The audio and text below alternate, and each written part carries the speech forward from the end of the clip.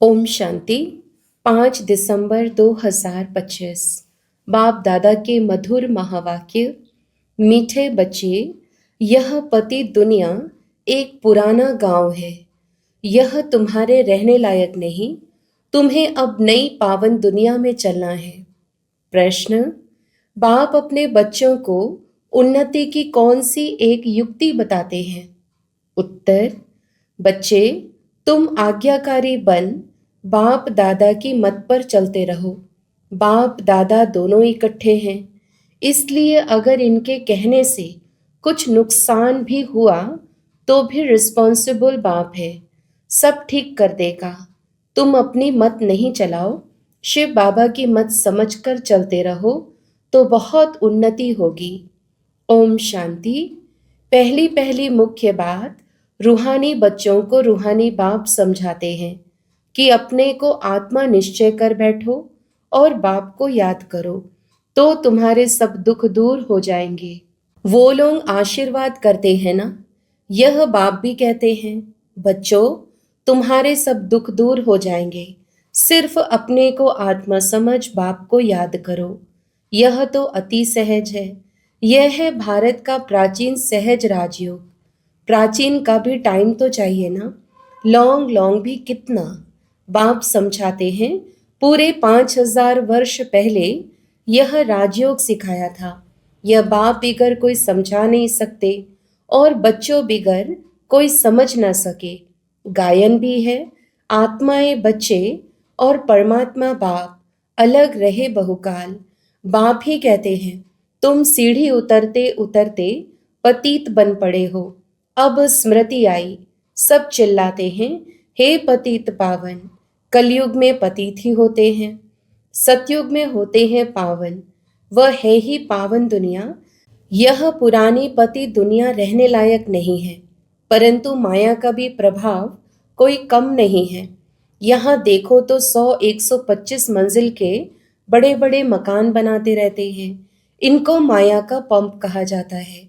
माया का जलवा ऐसा है, जो कहो स्वर्ग चलो तो कह देते हमारे लिए स्वर्ग तो यहाँ ही है।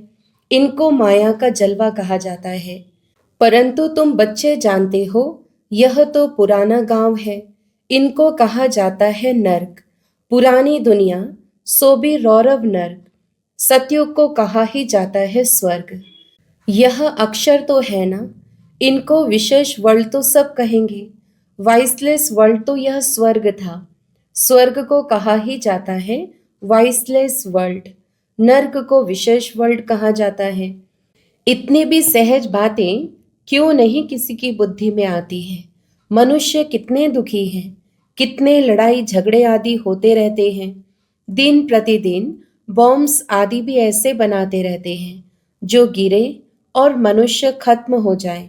परंतु तुच्छ बुद्धि मनुष्य समझते नहीं है कि अभी क्या होने वाला है। यह बातें कोई समझा नहीं सकते सिवाय बाप के क्या होने वाला है। पुरानी दुनिया का विनाश होना है और नई दुनिया की स्थापना भी गुप्त हो रही है।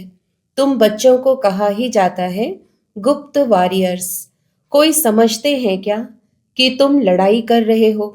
तुम्हारी लड़ाई है ही 5 विकारों से। सबको कहते हो पवित्र बनो, एक बाप के बच्चे हो ना।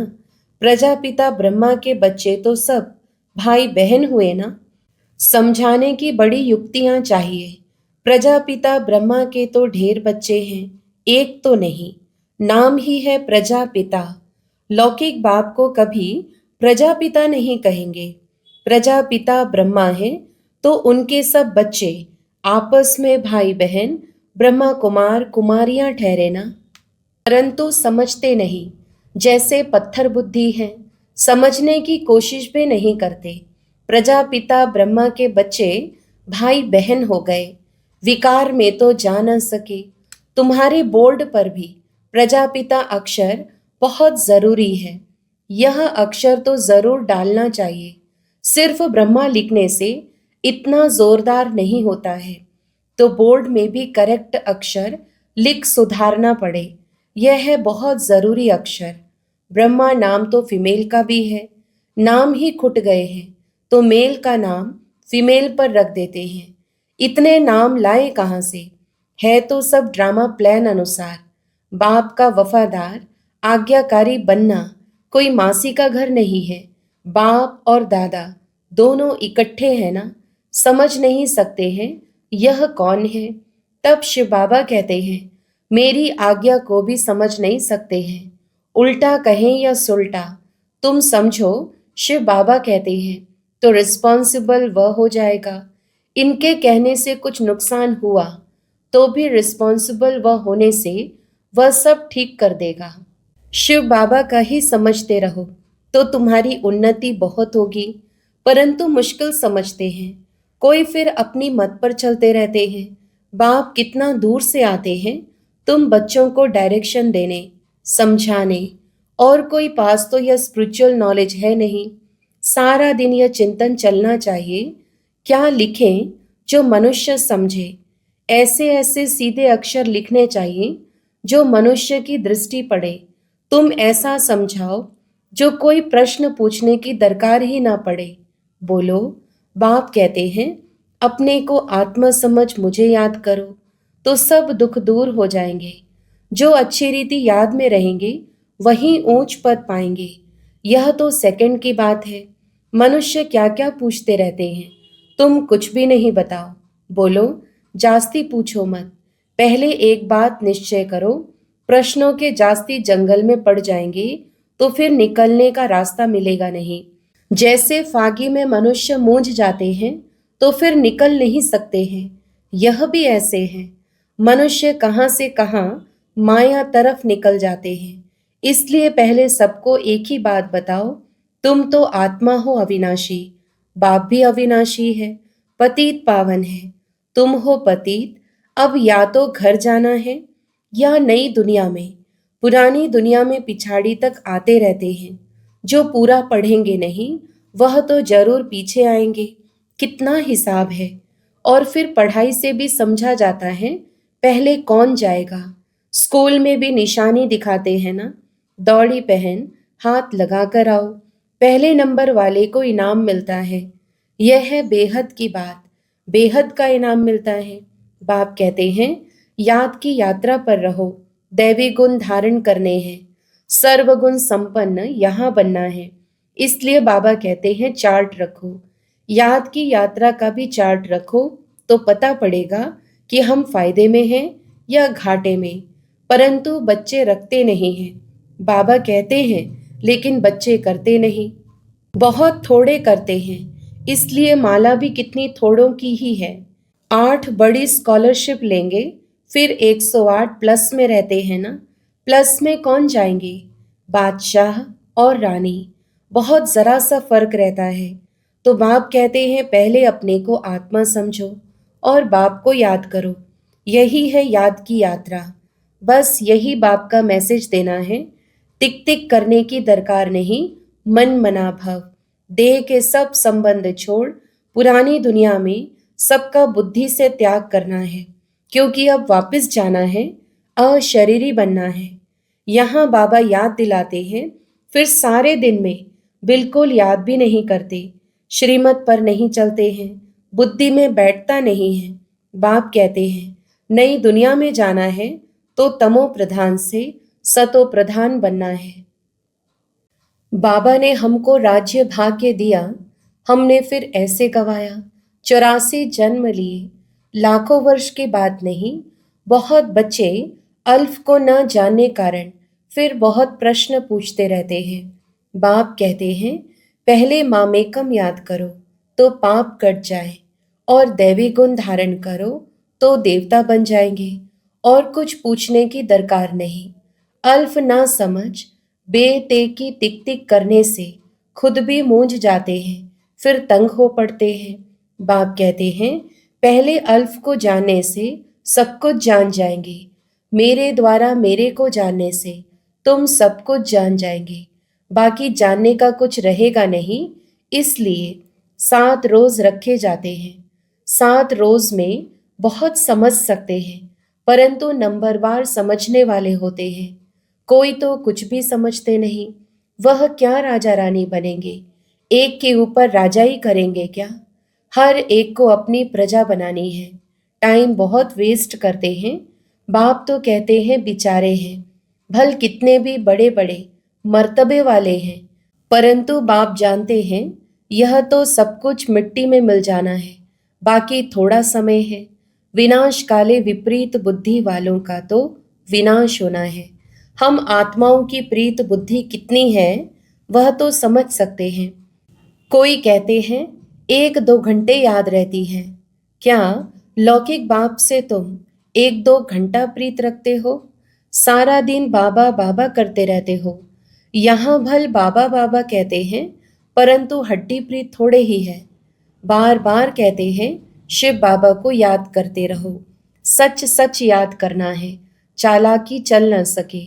बहुत हैं जो कहते हैं हम तो शिव बाबा को बहुत याद करते हैं, फिर वह तो उड़ने लग पड़े। बाबा बस हम तो जाते हैं सर्विस पर, बहुतों का कल्याण करने। जितना बहुतों को पैगाम देंगे उतना याद में रहेंगे। बहुत बच्चियां कहती हैं बंधन है। अरे बंधन तो सारी दुनिया को है। बंधन को युक्ति से काटना है। युक्तियां बहुत हैं। समझो कल मर पड़ते हैं, फिर बच्चे कौन संभालेंगे? जरूर कोई ना कोई संभालने वाले निकल पड़ेंगे। अज्ञान काल में तो दूसरी शादी कर लेते हैं। इस समय तो शादी भी मुसीबत है। किसको थोड़ा पैसा देकर बोलो बच्चों का संभालो। तुम्हारा यह मरजीवा जन्म है ना, जीते जी मर गए फिर पीछे कौन संभालेगा? तो जरूर नर्स रखनी पड़े। पैसे से क्या नहीं हो सकता है। बंधन मुक्त जरूर बनना है। सर्विस के शौक वाले आपे ही भागेंगे। दुनिया से मर गए ना। यहाँ तो बाप कहते हैं मित्र संबंधियों आदि का भी उद्धार करो। सबको पैगाम देना है मन मना भव का, तो तमो प्रधान से सतो प्रधान बन जाए। यह बाप ही कहते हैं और तो ऊपर से आते हैं। उनकी प्रजा भी उनके पिछाड़ी आती रहेगी। जैसे क्राइस्ट सबको नीचे ले आते हैं। नीचे पार्ट बजाते बजाते जब अशांत होते हैं तो कहते हैं हमको शांति चाहिए। बैठे तो थे शांति में, फिर प्रिसेप्टर पिछाड़ी आना पड़ता है। फिर कहते हैं हे पतित पावन आओ, कैसा खेल बना हुआ है। वह अंत में आकर लक्ष्य लेंगे। बच्चों ने साक्षात्कार किया हुआ है, मन मनाभव का लक्ष्य आकर लेंगे। अभी तुम बेगर टू प्रिंस बनते हो। इस समय के जो साहूकार हैं वो बेगर बनेंगे। वंडर है। इस खेल को जरा भी कोई नहीं जानते हैं। सारी राजधानी स्थापन हो रही है। कोई तो गरीब भी बनेंगे ना। यह बड़ी दूरादेश बुद्धि से समझने की बातें हैं। पिछाड़ी में सब साक्षात्कार होगा। हम कैसे ट्रांसफर होते हैं। तुम पढ़ते हो नई दुनिया के लिए, अभी हो संगम पर। पढ़कर पास करेंगे तो देवी कुल में जाएंगे, अभी ब्राह्मण कुल में है। यह बातें कोई समझ ना सके। भगवान पढ़ाते हैं, जरा भी किसकी बुद्धि में नहीं बैठता। निराकार भगवान जरूर आएगा ना। यह ड्रामा बड़ा वंडरफुल बना हुआ है, उसको तुम जानते हो और पार्ट बजा रहे हो। त्रिमूर्ति के चित्र पर भी समझाना पड़े। ब्रह्मा द्वारा स्थापना, विनाश तो ऑटोमेटिकली होना ही है, सिर्फ नाम रख दिया है। यह भी ड्रामा बना हुआ है। मुख्य बात है अपने को आत्मा समझ। बाप को याद करो तो जंग उतर जाए। स्कूल में जितना अच्छी रीति पढ़ेंगे बड़ी आमदनी होगी। तुमको 21 जन्म के लिए हेल्थ वेल्थ मिलती है। कम बात है क्या? यहाँ भल वेल्थ है, परंतु टाइम नहीं है जो पुत्र पौत्रे खा सके। बाप ने सब कुछ इस सेवा में लगा दिया तो कितना जमा हो गया। सबका थोड़े ही जमा होता है। इतने लखपति हैं, पैसा काम आएगा नहीं। बाप लेंगे ही नहीं जो फिर देना पड़े। अच्छा, मीठे मीठे सिके लधे बच्चों प्रति मात पिता बाप दादा का याद प्यार और गुड मॉर्निंग। रूहानी बाप की रूहानी बच्चों को नमस्ते। हम रूहानी बच्चों की भी रूहानी मात पिता बाप दादा को याद प्यार, गुड मॉर्निंग और नमस्ते। धारणा के लिए मुख्य सार। पहला, बंधन काटने की युक्ति रचनी है। जिगरी बाप से प्रीत रखनी है। बाप का सबको पैगाम दे, सबका कल्याण करना है। दूसरा, दूरादेशी बुद्धि से इस बेहद के खेल को समझना है। बेगर टू प्रिंस बनने की पढ़ाई पर पूरा ध्यान देना है। याद का सच्चा सच्चा चार्ट रखना है। वरदान, संकल्प रूपी बीज को कल्याण की शुभ भावना से भरपूर रखने वाले विश्व कल्याणकारी भव। विस्तार, जैसे सारे वृक्ष का सार बीज में होता है, ऐसे संकल्प रूपी बीज हर आत्मा के प्रति, प्रकृति के प्रति शुभ भावना वाला हो। सर्व को बाप समान बनाने की भावना, निर्बल को बलवान बनाने की, दुखी अशांत आत्मा को सदा सुखी शांत बनाने की भावना का रस व सार हर संकल्प में भरा हुआ हो। कोई भी संकल्प रूपी बीज इस सार से खाली अर्थात व्यर्थ ना हो, कल्याण की भावना से समर्थ हो, तब कहेंगे बाप समान विश्व कल्याणकारी आत्मा। स्लोगन, माया के झमेले से घबराने के बजाय परमात्मा मेले की मौज मनाते रहो। अव्यक्त इशारे, अब संपन्न व कर्मातीत बनने की धुन लगाओ। कर्मातीत बनने के लिए अशरीरी बनने का अभ्यास बढ़ाओ। शरीर का बंधन, कर्म का बंधन, व्यक्तियों का बंधन, वैभवों का बंधन, स्वभाव संस्कारों का बंधन, कोई भी बंधन अपने तरफ आकर्षित न करे। यह बंधन ही आत्मा को टाइट कर देता है। इसके लिए सदा निर्लिप्त अर्थात न्यारे और अति प्यारे बनने का अभ्यास करो। अच्छा, ओम शांति।